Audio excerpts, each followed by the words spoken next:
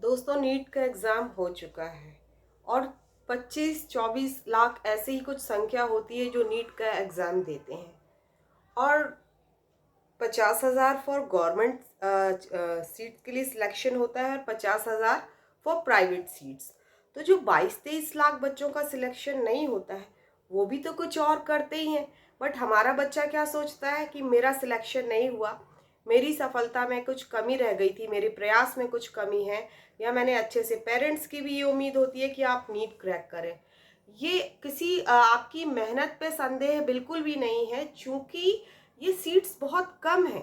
50,000 seats है government की और 25 लाख ऐसे बच्चे कर रहे हैं। दोस्तों कोई जी और नीट एग्जाम क्रैक करने के बाद ही वो कुछ जीवन में कर पाएगा, या उसके बड़े पैकेज लगेंगे, या उसकी लाइफस्टाइल बहुत अच्छी होगी, या बहुत ही ज़्यादा खुशियाँ पालेगा। ऐसा कुछ भी नहीं है। मैं पेरेंट्स से यही कहना चाहूँगी कि जब भी किसी कॉम्पिटिटिव एग्जाम में बच्चा अपेयर करे तो प्लीज़ आप उसका प्लान भी ज़रूर रेडी रखिए कि कोई बात नहीं, बच्चा नीट में नहीं हुआ तो आप फॉरेंसिक साइंस से या कोई भी आप बायोटेक या आयशर, आप सेकंड प्लान उसका ज़रूर रखिए कि आपको ये भी करना है। बहुत ही कम सीट्स हैं और लाखों बच्चे इसके लिए प्रयास कर रहे हैं, तो इसके कारण वो बहुत ज़्यादा ही मेहनत कर रहे हैं, या कुछ रिजर्व सीट्स हैं, तो आप कोई श्योरिटी नहीं कर सकते कि आपका होगा। और हम पेपर में और सब न्यूज़ में क्या सुन रहे हैं, बच्चे को लगा कि अब तो फ्यूचर इज अंधेरा है। ऐसा कुछ भी नहीं होने वाला है। कितने आईआईटियंस को हम जानते हैं जिन्होंने आईआईटी क्रैक करने के बाद अपना फील्ड से अलग ही कुछ स्टार्टअप शुरू किया और उनको टीम मिली। जब वो ऐसा कर सकते हैं तो हम नॉर्मल स्ट्रीम से ग्रेजुएशन करने के बाद अपना स्टार्टअप शुरू क्यों नहीं कर सकते?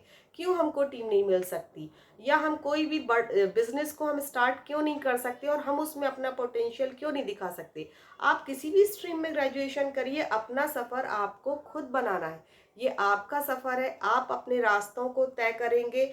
और पड़ोसी क्या कह रहा है, या रिलेटिव्स क्या कहेंगे, या मेरे को मम्मा पापा सोचेंगे कि ये डॉक्टर इंजीनियर ही नहीं बना तो ठीक है यार, कुछ और हम करेंगे। हर किसी को मुकम्मल जहां नहीं मिलता, कभी ज़मी तो कभी आसमान नहीं मिलता। आपके पेरेंट्स आपको बताएंगे कि कभी भी बहुत सारी ऐसी परिस्थितियां होती हैं कि जो हम सोचते हैं वैसा नहीं होता है। हम प्रयास भी करते हैं, कभी कभी वो चीज़ नहीं होती है, हम नहीं पा पाते। बहुत सारा ऐसा जीवन में उदाहरण आपको आपके पेरेंट्स देंगे कि नहीं हो पाता हम जो सोचते हैं प्रयास करने के बाद भी। तो हमको क्या करना है, अपना रास्ता दूसरी तरफ करना है, उससे 10 टाइम्स कम मेहनत में आपको हो सकता है कुछ बड़ी सफलता मिले और आप कुछ और ही कर पाओ। ऐसा कुछ भी नहीं है। खुशी आपको एक एज के बाद पता पड़ेगा बच्चों की, खुशी एकदम बियॉन्ड है इन सब चीज़ों से। ये प्रोफेसर, डॉक्टर, इंजीनियर या हम बड़े साइंटिस्ट बन गए तो हमारी लाइफ बड़ी हैप्पी हो जाएगी, नो। आपके भी लाखों के पैकेज लग सकते हैं। आप अपना रूट चेंज करके तो देखिए, आपको डिप्रेस बिल्कुल भी नहीं होना है कि मेरा ये नहीं हुआ। और पेरेंट्स से भी एक ये भी रिक्वेस्ट है कि माहौल लाइट रखें, एकदम टेंस्ड माहौल ना रखें घर में कि इसके अलावा कुछ हो है ही नहीं जीवन में, आपको यही करना है और इसके बाद कुछ भी नहीं सोचना है। नो, कोई गारंटी नहीं है। आपको उसको तैयार करना है कि ये नहीं तो आप चार ऑप्शन, आप तो एक नहीं चार ऑप्शन आपको ढूंढ के रखने हैं कि ये नहीं हुआ ये कर लो, इसके बाद आप ये भी चूज कर सकते हो, आप लॉ कर सकते हो। अनगिनत अनगिनत आपके पास अवसर हैं, आप बहुत कुछ चूज कर सकते हो।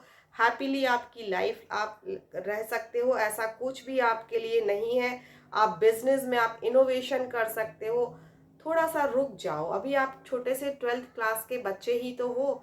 लाइफ अभी यहाँ ख़त्म नहीं हुई है, आपका सफ़र है, आपको मज़े से तय करना है कौन क्या बोल रहा। और इसका इफेक्ट भी आपके ही ऊपर होने वाला है, तो दूसरों को, अदर पीपल को क्या करना है कि आप यहाँ सफल नहीं हुए तो आपका तो कुछ नहीं हो सकता। ठीक है, ओके, इट्स माय लाइफ, कुछ नहीं हो सकता, मैं कुछ और करूँगा, मेरा सफ़र है, मज़े से जीऊँगा मैं। इस एटीट्यूड के साथ, पॉजिटिव एटीट्यूड के साथ आपको लाइफ में रहना है कि जो होगा देखा जाएगा। गॉड ने मुझे सब इक्वल चीज़ें दी है, लेट्स सी क्या होगा, ज़्यादा से ज़्यादा क्या होगा, मैं फेस करने के लिए तैयार हूँ। आपको ऐसे हज़ारों उदाहरण मिलेंगे कि जो बार बार असफल हुए हैं, वो उन्होंने बहुत ज़्यादा बड़ी सफलताएं उन्होंने हासिल की है, क्योंकि वो एक मंजे हुए कलाकार हो जाते हैं। हर एक सफलता असफलता आपको ये दिखाती है कि आपने इसको और एक अच्छे से तरीके से करना है, या कहीं कमी रह गई थी, हम इसको और अच्छे तरीके से करें। तो बिल्कुल भी मत घबराइए कि यदि आप कुछ कॉम्पिटिटिव एग्जाम में या एक दो बार में आप कहीं असफल हो जाते हैं, ये सोचो कि मुझे ज़िंदगी सिखा रही है कुछ बड़ा बनने के लिए। ठीक है दोस्तों, तो बिल्कुल भी नहीं घबराना है। आपका सफ़र है, आप तय करेंगे और आप डिसाइड करेंगे कि आपको कैसे तय करना है। Thank you.